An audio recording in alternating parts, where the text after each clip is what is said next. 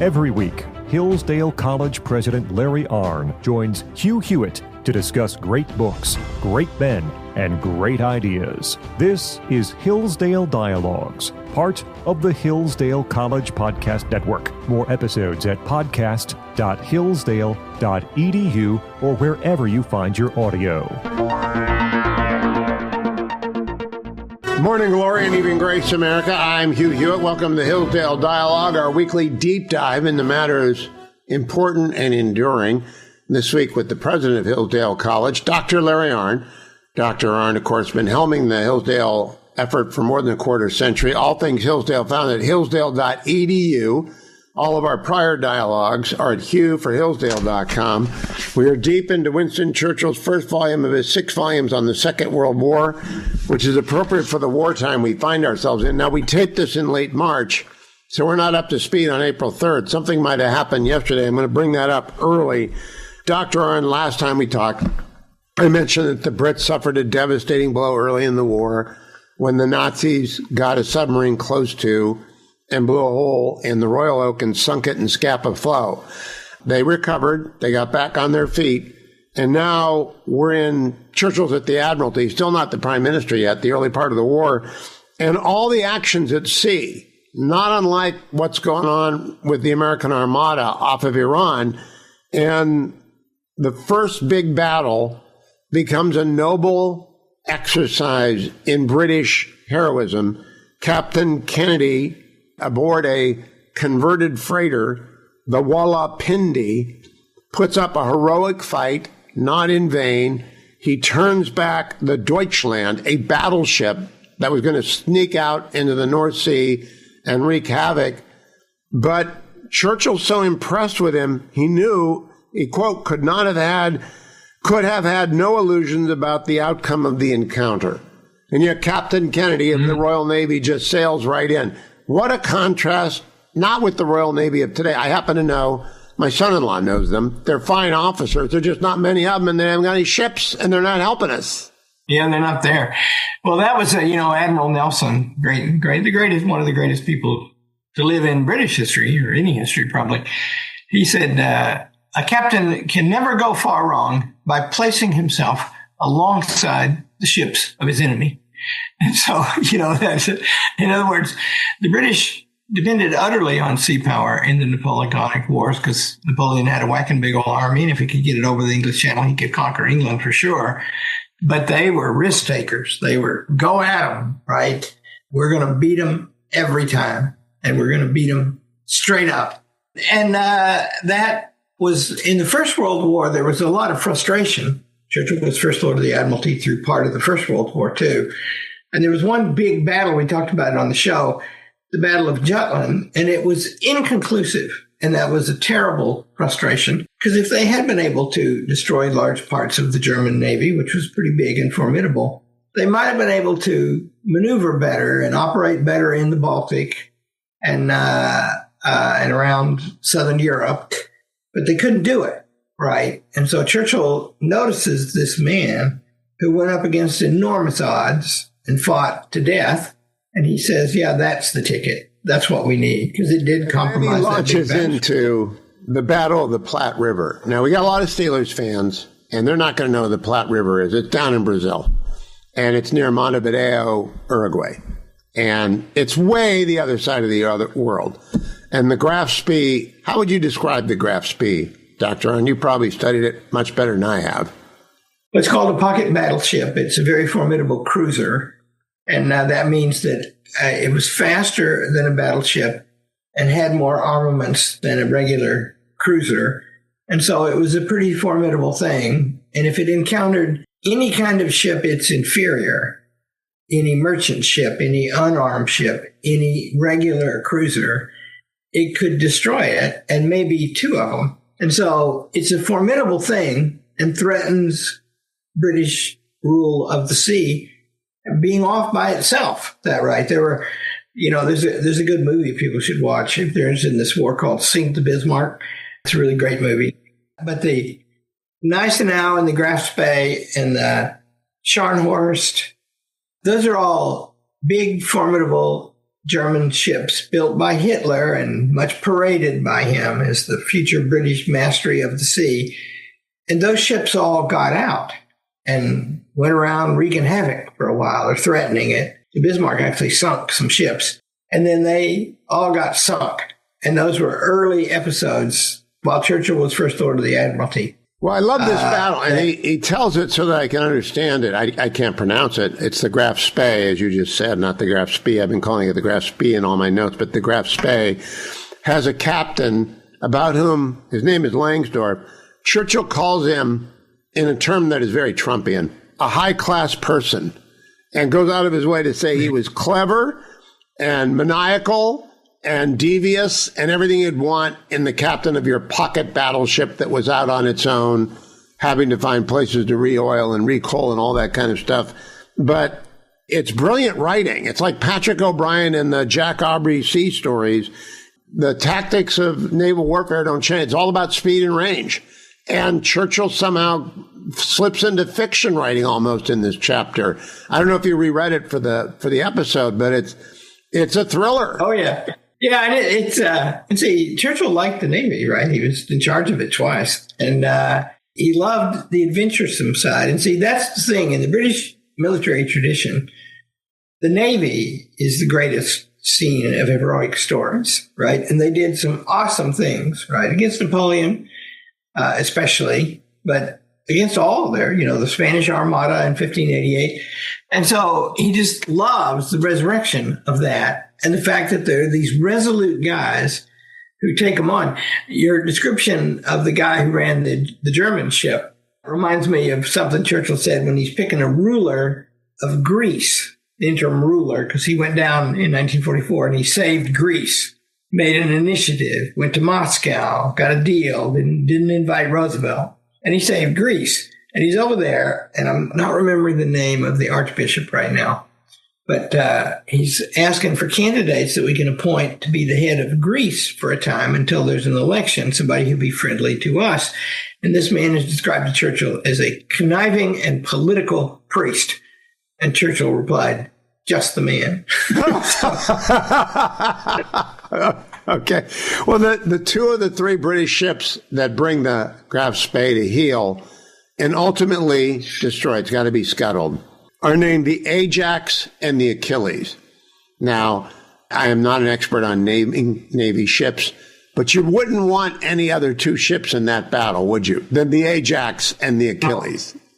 That's right, especially the Achilles. Ajax in the Iliad serves the function of distinguishing between a great warrior and a genius warrior. Achilles is the second.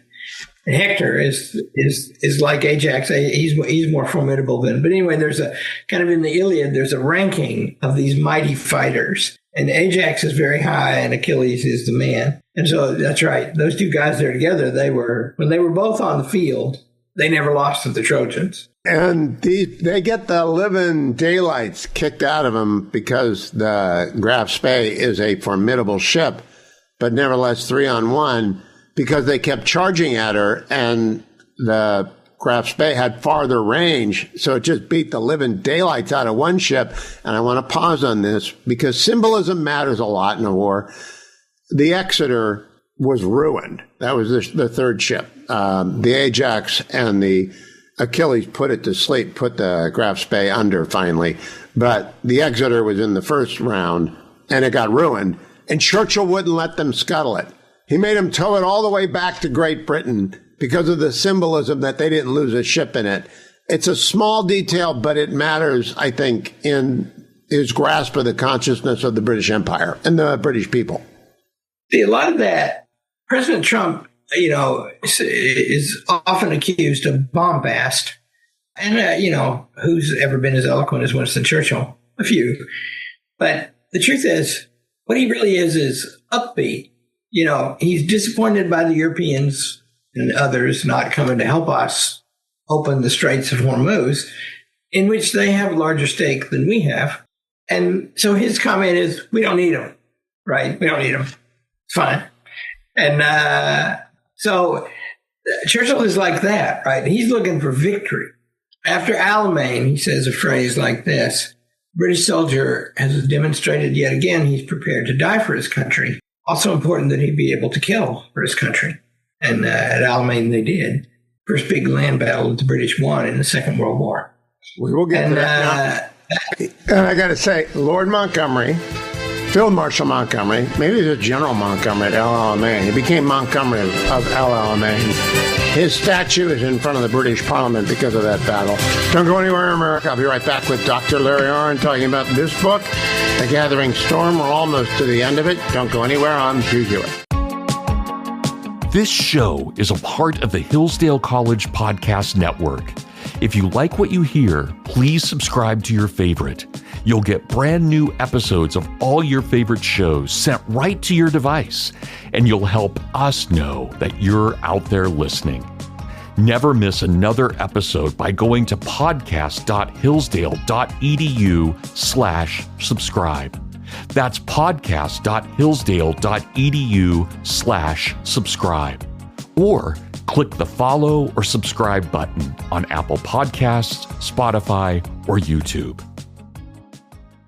Welcome back, America. Hugh Hewitt, the Hillsdale Dialogue underway. All things Hillsdale at hillsdale.edu.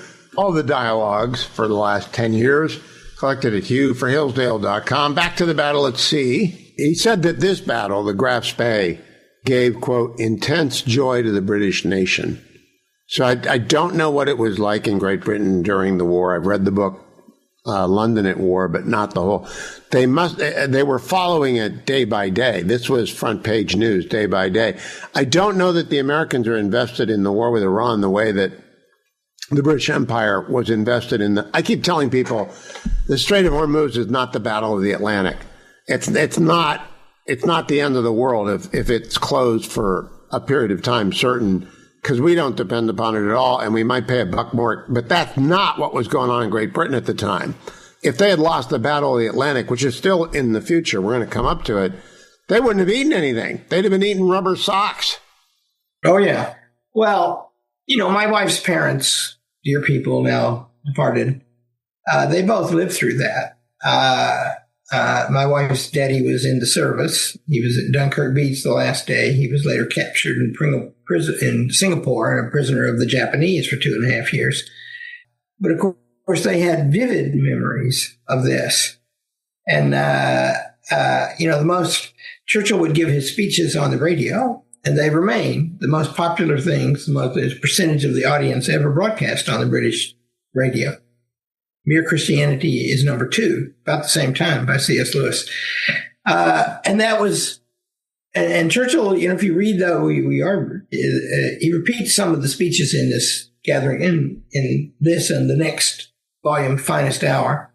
And they were, first of all, the nature of the speeches was to explain the situation. Let me tell you what's going on. And it carried conviction, in part because he was clear and admitted the difficulties. And therefore, when a victory came, it was very appreciated. And this war that's now broken out is a disaster for Britain and France until late 1943. And we're in 1939 right now. Yes. So that's a long time for everything to go wrong. But most everything did for a long time. But no, I hope we would, but I doubt we would have the patience for that today. Let me ask you, Dr. Arnn, because I've been meaning to since we got started. What do you make of the move by the Bank of England to remove Winston Churchill from the pound note? God help us. They're putting animals on there now. Right. Which means the only thing they've got in common now is the land and not the people.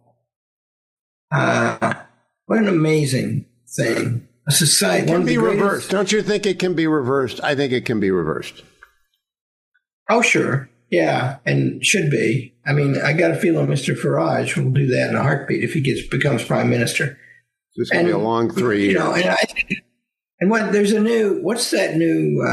new political party in Britain. Reform. Reform. No, there's another one. Oh, no. I didn't know that. Oh, yeah. Moral Yeah, Tories are it's being pretty put good. to sleep? Are the Tories just get out of business? Yeah, and they're there's a movement to restore Britain. And Britain is a very great thing, I mean, Iran, by the way, is a very great thing. It's an ancient thing. It's a shameful thing that they're governed the way that they are. Shameful for the poor people who live there. And it's not our business to fix that. We can't do that. And I think what Trump is doing is trying to prevent them from being a danger to us. But the truth is, one's heart goes out to them, right? They should have better government. They shouldn't live in this A misery. nation as old as Cyrus the Great doesn't die. It can be submerged for a time, but it doesn't die. Let me go forward to a commonality between the war that we have been in and the war that we're studying in Churchill, and that is the magnetic mind crisis. When I was reading this, even as the war unfolded and we worried about the Iranian mind, I thought, I wonder how many people know that Hitler had a secret weapon. Recovering it was the first thing. They got to get one. It's a dangerous thing to get. It's a remarkable story about the two young officers who go out in the sand and get this thing that can blow up on them. Then they bring it back and they reverse engineer it. And number one, Churchill salutes them. Nothing daunted their ardor. And number two, direct quote, "I sought for a means of retaliation." I think you got to be ruthless to win a war. Yeah. Lincoln said, you don't fight wars by blowing rose water through elder stalk squirts. Churchill said, we have not traveled all this distance across the oceans, across the mountains, across the prairie, because we are made of sugar candy. When it comes to people, tyrants rule by force. The rulers of Iran rule by force. Secret police claiming authority direct from God to them, no matter what the people think about it. And when you're dealing with people like that, they understand force. And so you got to use it. And if they're a danger to you. And so Churchill, he celebrates the vigor of the British people because, they did fight very well, not right at the beginning, but by the time the war was over, they fought very well. They did on both World War II. There are lots of pieces of advice in here for people who are watching this war. One of them is Churchill's advice, quote, "It is always agreeable in peace or war to have something positive coming along on your side." And I like the fact that Trump keeps talking about the discombobulator but doesn't tell us what it is. And goodness knows what we're using in this war, but it's working. Yeah, that's right. It's possible. See, remember, it's exciting. This is our team in a competition under stress with life and death consequences. And if they fight well, that's such a happy thing. And they are fighting well. We've had some occasions in recent past when we didn't fight very well. But in both Gulf Wars, we did fight well. I just think we got the war aims out of whack, especially the second one. But, you need to, what you need your military to do is to be competent to defend the vital interest of the nation. And they're going to have to do that. They're going to have to be lethal and effective and brave. And looks like they are right now. Looks like they are indeed lethal and competent. That does describe the American and Israeli militaries over the last many weeks. Don't go anywhere, America. Dr. Larry Arnn will be right back, president of Hillsdale College. All things Hillsdale, including the opportunity to sign up for Imprimis for free over at hillsdale.edu. Stay tuned. Hello, this is Jeremiah Regan, and I have some great news. We've brought Hillsdale's incredibly popular free online courses to the Hillsdale College Podcast Network. The Hillsdale College Online Courses podcast brings you our online courses in their entirety, with courses ranging from ancient history and biblical epics to foundational political principles and the future of American citizenship. Follow the Hillsdale College Online Courses podcast to hear new episodes every week with additional commentary and insights from our team. Go to podcast.hillsdale.edu to learn more. That's podcast.hillsdale.edu. Welcome back, America. I'm Hugh Hewitt. The music means, of course, the Hillsdale Dialogue is underway. We're talking about Winston Churchill's The Gathering Storm with a little bit of the war thrown in, the war we're currently in. On that point, Doctor, I have a question. At Hillsdale, you produce mostly Marines, but do you have any people in this particular battle, anyone in the Navy? We don't know. There are 3 or 4 who might be over there, but we don't know yet. Just asking. I want to move on to very quickly so that we can get back to the main theater, cover the Norwegian problem and the Winter War. And we got about 10 minutes to do both, but they are bits of the war that are unknown to people. Churchill was First Lord Admiral. He goes to the cabinet and says, we've got to preemptively violate the neutrality of Norway because we can't let Germans do it first. And they turned him down, and then the Germans did it. Who was in the right, if you look back at that? Because we'll talk about Norway later. It's a misadventure. But who was in the right, the cabinet or Churchill? Well, we don't know. But Churchill, from the point of view of principle, if you're in a death struggle with a violating enemy who threatens your survival, and you think they're going to do that, you can do it.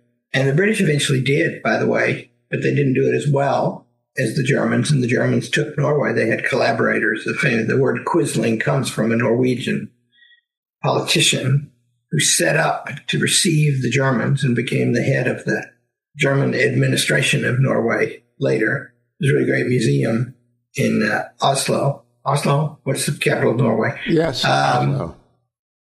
About that. And yeah, but that's right. And the Germans did, in fact, do that. And it was they were getting lots of war materials from Norway across the Baltic.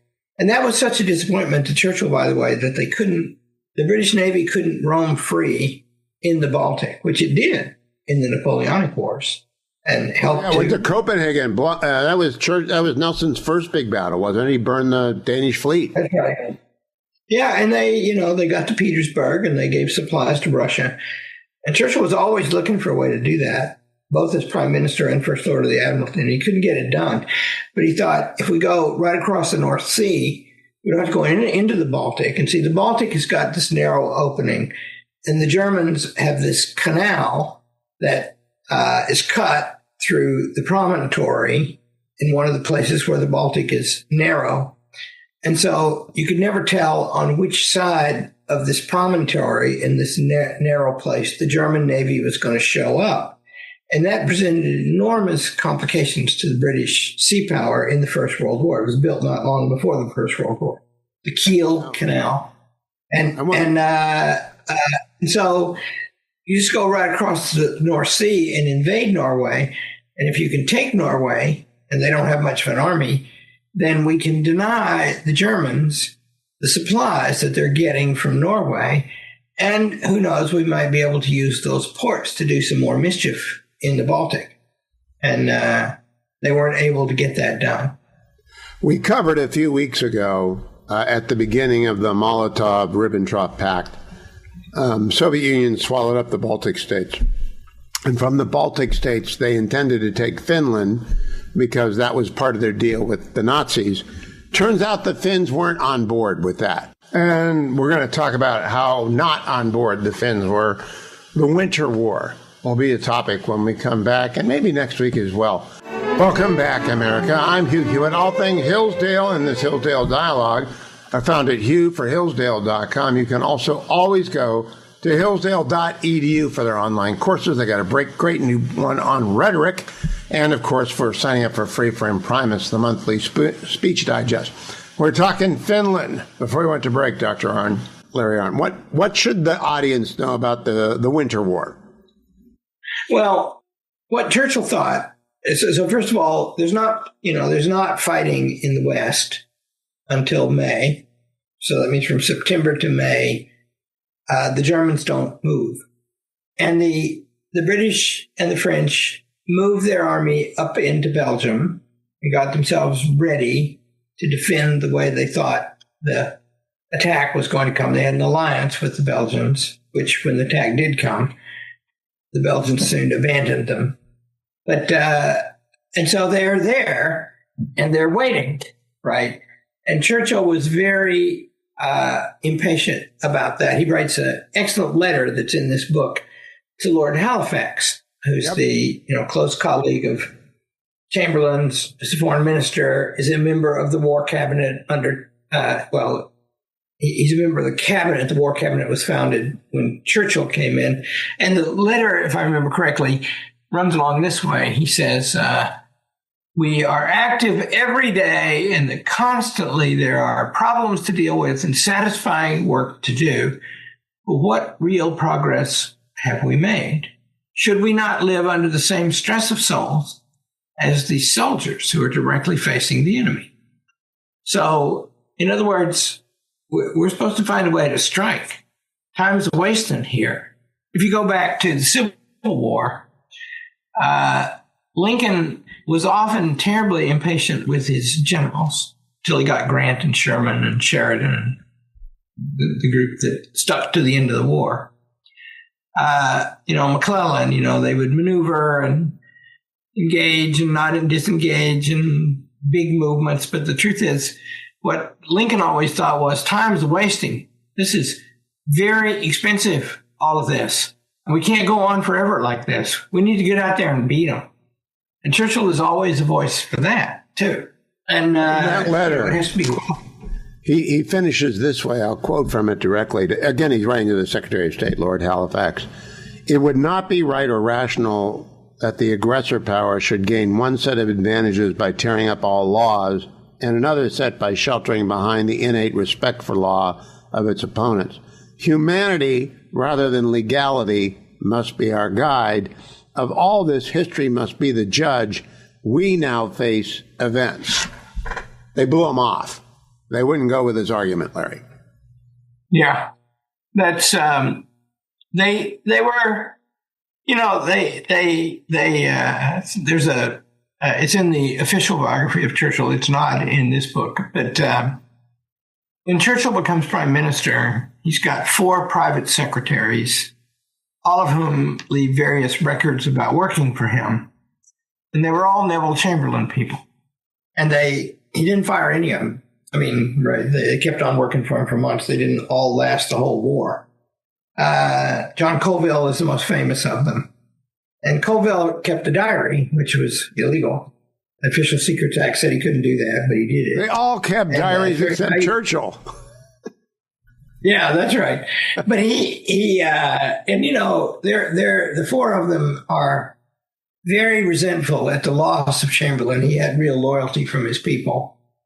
And they very much regretted the advent of Churchill, who was thought to be, a rogue and a dissident. And then after about a month, Colville records roughly this: I see, this is the way to fight a war. So, Well, I want to close by this week.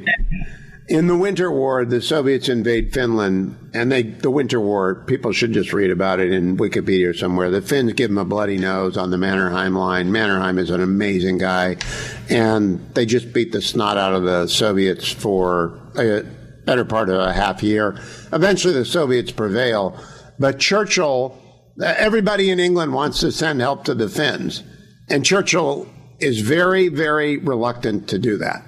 He says there's a great emotional appeal to do that, but we're not going to do that because it doesn't. Meanwhile, he wants to screw Norway and violate he's ruthless when it's necessary to be ruthless against the Germans, and he's ruthless when it's necessary to be ruthless against the Finns. It's just, you got to be ruthless if you're going to win. Yeah, and remember, one thing he's thinking, we talked about allies last week.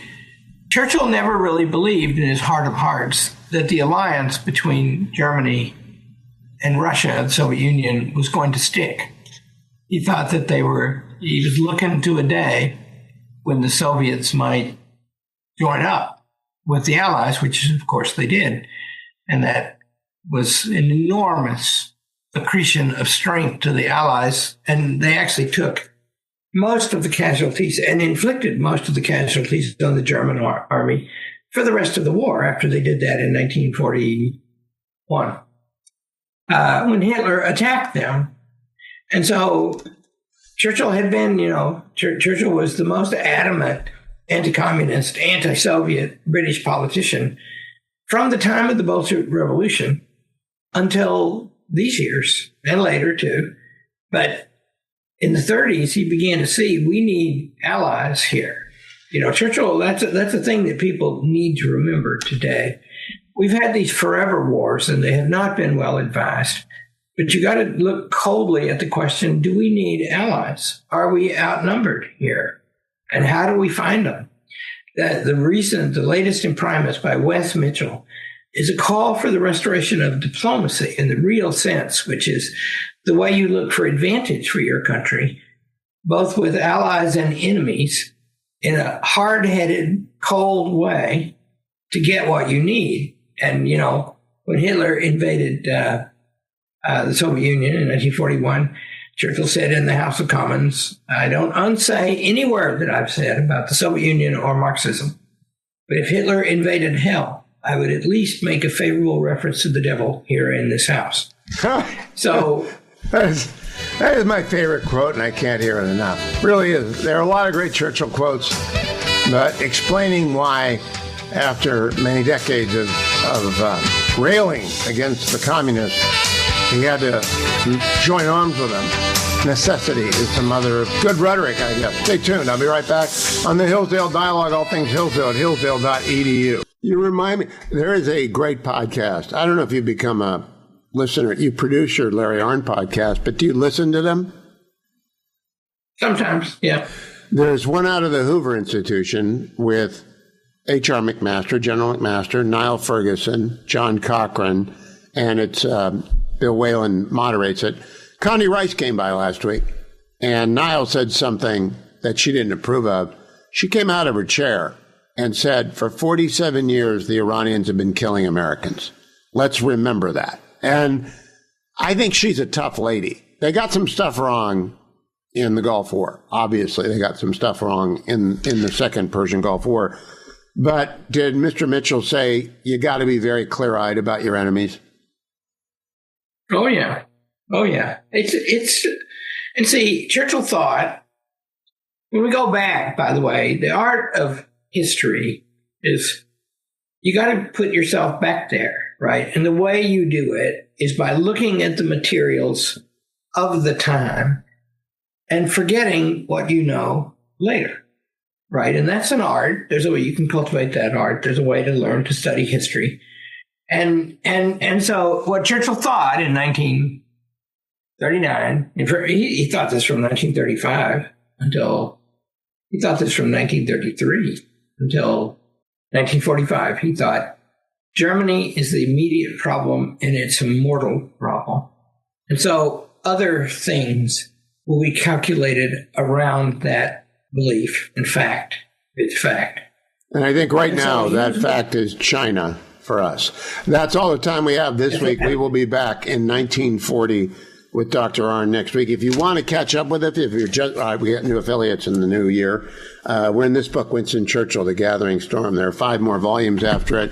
A lot of lessons to learn about this war from that war, so don't miss the next Hillsdale Dialogue. And sign up for Imprimis, which is available at hillsdale.edu. It's absolutely for free. If you want to read about the art of diplomacy, you'll get Imprimis, the old-fashioned mail, snail mail, all things Hillsdale at hillsdale.edu, all of our prior dialogues on Churchill and everything else. Back to Homer at hughforhillsdale.com. Thanks for listening to the Hillsdale Dialogues, part of the Hillsdale College Podcast Network.